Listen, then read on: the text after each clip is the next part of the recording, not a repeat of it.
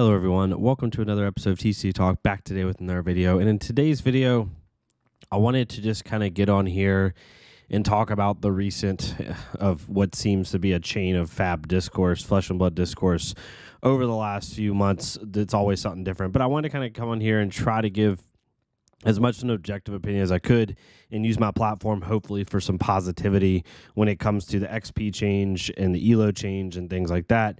Kind of go over it from my perspective as a creator and player, but also go over it from my perspective as a marketing manager and someone who can bleed into both sides. So hopefully you'll hear me out and it will help you A, get more clarification, B, maybe help out the situation, your feelings about it as a whole.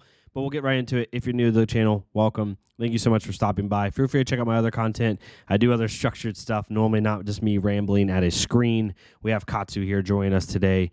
If you're a long-standing supporter, thank you so much as always. Feel free to check out the Discord down below. We have almost 500 members and the channel membership. If you so choose to support the channel a different way, it really helps with product for the giveaways and for videos, as well as traveling to events. Anything I make off the channel goes straight into doing something for the channel in some way, shape, or form. So really appreciate y'all. But yeah, so I'm not going to pull up a bunch of tweets. I'm not going to show people's names on screen, all that crap. It's just not how I do things, or try not to do it that way. There was a recent article in December 15th, I think, mid-December, where they said that they were going to change how you can qualify for, this might be a slightly longer video too, if that's okay with y'all, how you can qualify for nationals and anything that's invite only, right? Stuff that's not a calling or a battle hardened or anything like that. And they change it from XP to ELO. So if people aren't aware, when you go to a raid event like a calling and you win or lose, depending on your opponent's ELO, right, just like a video game, your rating will go up or down. And so they're going to be using that as a judging factor if you qualify for nationals. On top of, you can also just top 4 road to nationals. It used to be based off XP, 90-day XP. So when you play at armories, you get 2 XP per win. When you play at bigger events, you get even more XP, 6 XP per win. And it kind of went from there. So I want to kind of try to back up as much as I can. I'm going to talk about what I think about XP-based system, what I think about ELO-based system, how does it affect the game, what can they do in the future, just all that stuff. So when I first started the game, I first started playing in Monarch. And Monarch to me, and I played at the beginning of Monarch, and I started playing in North Carolina, Wilmington, North Carolina. Very small scene, even for the game at that time. There was only 2 stores in the local area that even carried the game. Only one store was really supported because the other store near here nor there, other stuff happened. So we had one scene, and if we were lucky, we fired an armory every week. I'd say we fired half the month, maybe. On a good week, we would have 8 to 10 people. The game was still growing at that time. On a bad week, it was just me and a buddy and maybe one other person just playing some fun games.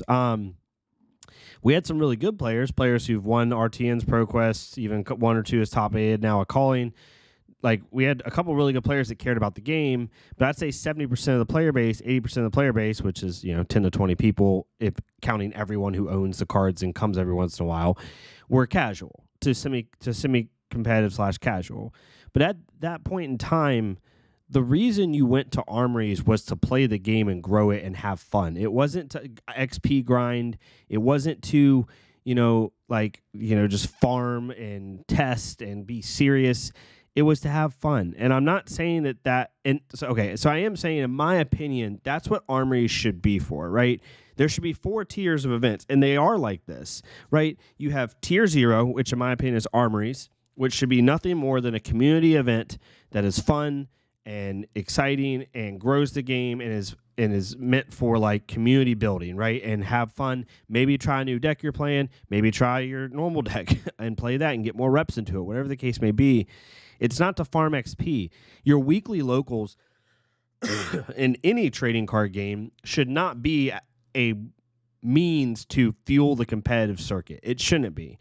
I understand that people are well, Flesh and Blood is, and again, marketing manager hat on here, Flesh and Blood's, their spot in the market is, highly competitive, right? It's all about the value. It's a very balanced game. It doesn't have as much variance as other games. They need to double down and really only attract the competitive market.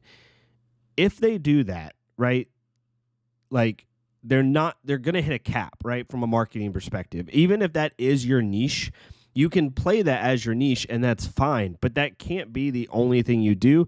You're eventually going to hit a peak in terms of like player base, because this game currently is getting better, but it still has a high barrier to entry in terms of cost. It has a high barrier to entry in terms of learning, very high skill ceiling. Like imagine if you compare this to like a video game, imagine like League of Legends or like Valorant or something that has a really high like skill ceiling. That's a competitive esport.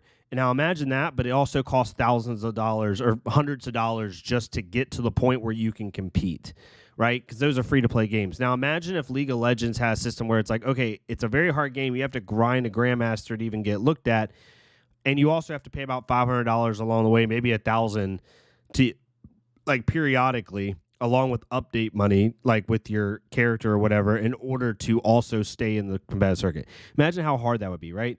I know it's a weird comparison. I'm trying to make the best one I can, but the main point is I don't think they need to double down into their competitive scene. I do think they need to make a good stance on, hey, we want our game to remain competitive focused. We want it to, the pinnacle of this game to be that competitive nature, but it shouldn't be like the only thing, right? So that's my thought on that. And so armories should not be that. Armories should not be this mini testing session. Armories shouldn't be, I need to go and get 3 more wins at my armory. Because like for my example, and I love all the Dallas guys, this is no hate on them. This is the situation that they got for the last year and a half, 2 years, and that I've been here last 2 years, and they're just using the system that they're given. But in Dallas, we have literally 8 armories fire a week. Every night you can go to an armory, every single night of the week.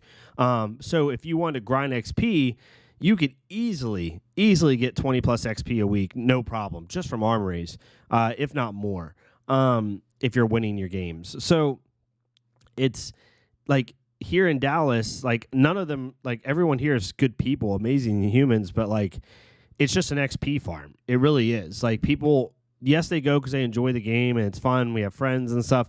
But it took the fun out of the game for me in this area because everybody's just worried about XP. I remember in certain ProQuest, again, no hate on the players. They're using the system they're given. But we had players that had won a ProQuest already or that had gone to like 3 or 4 ProQuests, and they could have dropped before top 8 because they didn't need the top 8. But they're like, I'm doing my calculator. I need this much more XP. I need to make sure I get in the top echelon for 90-day XP. So I got to play this round out. And that kind of sucks. It takes away like the fun of it, and it turns into just a grind fest. And yes, if you go to your weekly armory every week, you're supporting the game. You're doing a great job, and I applaud anyone that does that. But you don't get invited to a nationals just because of that. Like that should never work out that way. I think it's very flesh and blood. Even with the changes, I know it kind of sucks for nationals and stuff, and hopefully we'll talk about that in a second on how they get better with that, with as far as like the amount of events people have available to qualify in certain regions that are like not as big. But yes, it should be like your armory is your weekly local fun level. Then you have Road to Nationals and ProQuest, which should be the entry level to competitive circuit that then qualifies you for invite-only tournaments, i.e. Nationals, Pro Tour, whatever.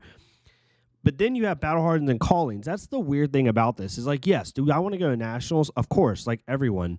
But it's awesome. It's fun. It's a cool thing. But one, all you gotta do is when I know, and you're talking to someone that's never won a ProQuest or RTN. I'm okay to say I've top 8'd a couple, like 2 or 3. But like all you gotta do is top 4 in RTN and you get invited. Like just do it. And if there's only 1 or 2 in your area, then practice really hard and do it. Right? Like that's one thing. And the second thing is like we have Battle Hardens and Callings all over the world all year.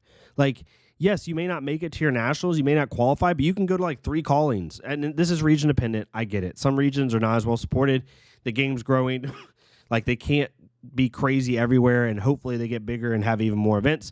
But like especially in the US, if you're playing in the US, sweet Lord, like you have like 5 or 6, probably like 3 or 4, 2 or 3 call-ins and like 10 plus battle hardens over the course of the year that you can travel and play to that are big events with good prize. Like call-ins, technically, in my opinion, other than Worlds, the call-in is the true pinnacle of the competitive circuit. Like that's an open, everyone's got an equal shot playing at an event and going to it, right? And so I don't understand, like if we didn't have a bunch of battle hardens and call-ins, if we only had like 1 or 2 of those a year and you basically had to and they were like maybe quarterly, like 1 a quarter, and then if you didn't get to those, you have to qualify for Nats or whatever, I could get it. But we have like 50 plus events over the course of the year all over the world.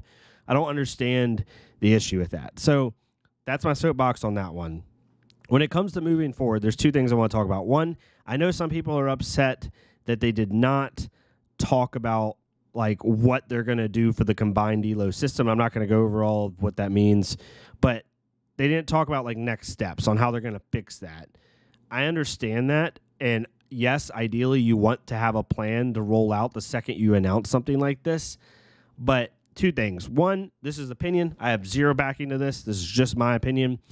I think that their step 1 was fix the armory level. Like they are worried about the combined ELO. They're going to fix it. But in my opinion, their step 1 was, no, we need to make a change quickly because we need to start fixing how armories are perceived. That's it. And if they fix that, or if they get on the road to fixing that, they'll worry about the ELO in the coming months. They'll worry about all other changes you're talking about in the coming months. But the armory level is the thing they need to fix now.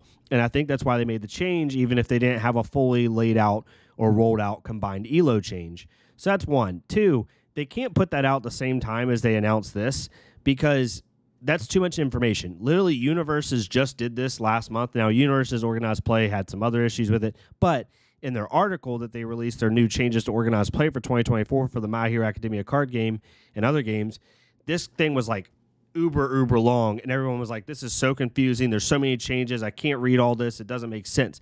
If they would have like detailed a combined ELO change, then yeah, that would have been terrible. It would have been too much information. And if your then response to that is, well, they should just tell me like the statement of a combined ELO change will be coming in the future.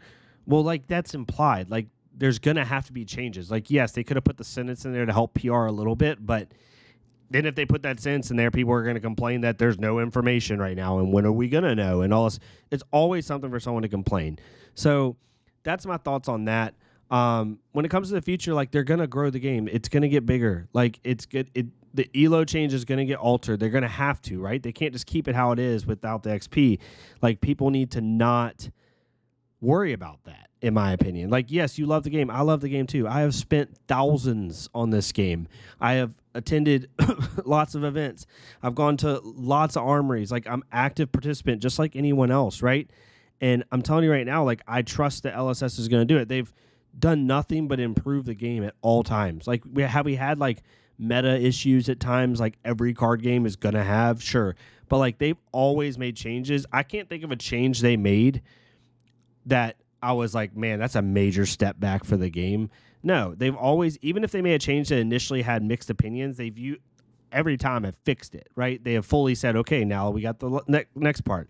I think a lot of people are thinking that they're making these changes in a vacuum without a plan, and that's just not the case. Like they're not going to be like, yep, we're just going to change the ELO because we don't like the way armories are, but we're going to keep everything the same because that's fine. Have a nice day. No, they're going to change it. And people are like, and I know I'm rambling, I'm trying not to. People are saying that this is like a mid-season change. This isn't a mid-season change. They announced that this was going to happen on December 15th in an article. James White went on a podcast with Flukenbox that was then promoted by the Flesh and Blood channel on the Flesh and Blood channel, talking about the changes and why they're making the changes. And then they announced it again 2 weeks before RTN season. This is not mid-season. Just because you're grinding your armories right now for XP does not mean it's mid-season. No, you can still prep to go to an RTN. The one thing I cannot argue is, yes, there are some regions that are smaller, don't have access to a great RTN, can't do a lot of stuff around the world, in the U.S. and not in the U.S., and I understand that. And that, sadly, the game's got to keep growing, right? Like, there's going to be, like, in my opinion, I consider this like a luxury hobby. There's certain other sports that are smaller that are considered like luxury hobby sports. Like you're going to have places that are smaller and it sucks, right? And to me, like, and I'm not talking at you guys because I was like this in North Carolina too. That's on us to build the game as well and talk to the store owners, get it going. Drag your friends out for the first week, let them see how great the game is. Like that's just as much on us as it is on LSS, right? It's actually more on us, to be honest. We're in charge of growing the game. LSS just gives us the tools to grow the game. We're the ones that's supposed to do it, in my opinion, at least. So I understand people's sentiment. I'm not saying people aren't allowed to have those feelings of frustration. I get when people are in smaller areas, how that can affect you ELO-wise. I get how that can change, like certain people that maybe aren't active participants in the game right now, but their ELO's very high, so they're just going to naturally do it. But like the other last factor I'll talk about is RTN season. There's 600 spots for U.S. Nationals. If they give top 4 an invite, there's like 150 some RTNs. That's like 80% of the field, right? I believe, like, or more, right? So it's not like all these people with high ELO are going to get it. Like, just go out there and win your RTN, right? Or get top 4 in your RTN. If you have 1 or 2 shots, then you have 1 or 2 shots, like for that season. Like you can't just do it off of armories, because then you have people like in Dallas. I love the guys to death that just grind the heck out of armories and basically shark the XP system to get invited, but they technically don't have to do anything else. And that just kind of feels bad to me. I don't think you should get invited to a nationals for your country, whatever country, just because you attended armories. I don't think that's how that should work in any sense. I don't know 100% how they fix the ELO system, and I hope they do fix it. But I know for a fact that no one should be invited to a national championship because you attended armories. Like, that just doesn't make sense to me. I know I'm being insensitive to some of this stuff, and I get it. I definitely think that this change is slightly a lesser of two evils. We do need to change the way armories are perceived. Right now, in one of the biggest markets in the United States, in Dallas, Texas, for the game, that has 20 stores that carry the game and do events, that has 8 to 9 armories a week. Like, there's people that are barely firing armories because player perception is, if I'm not within a 90-day window of a big event, I don't really need to attend armories because I'm not grinding that XP. And that's a crappy way to look at it, right? It just sucks. So I'm glad that they're making this change. I want it to be more inclusive for new players. I want new players to feel like in Virginia, I know I won't mention the store because I'm not going to put them on the video, but like they do like community nights once a month where people can come and play any format they want. New players can get involved. They have a blitz night usually every now and then. Like they're doing things to get new players involved. It's not just hard test CC grind XP every week, right? So, yeah, I could keep going. I don't want this video to be like 30, 40 minutes. Right now it's 18 minutes, and that's long for me. I just think people need to understand that, yes, you might not be 100% happy with this, but this is definitely a lesser of two evil situation, and something I think that long term, as long as they keep making improvements to the ELO system, is 100% good for the game. That's just my take. If you disagree, that's totally fine. I'm not saying people are wrong. I'm just giving my take on it, right? Hopefully you found this okay. Hopefully it kind of gave some objectivity and like some like foresight, I guess. Not foresight, some like future sight into like maybe what they're trying to do. They're trying to make the armory level more of a community building event than a competitive XP grind. Like, it's just how it is. So hopefully enjoy this type of content. Whether you agree or disagree, leave a comment down below. Let me know what you think. I would love to hear your thoughts. I'm open to anything. I totally understand people's opinion. Would love to hear it from y'all. But thank y'all so much. Y'all stay safe, stay healthy, and I'll see y'all next time on TCG Talk. Thank y'all so much.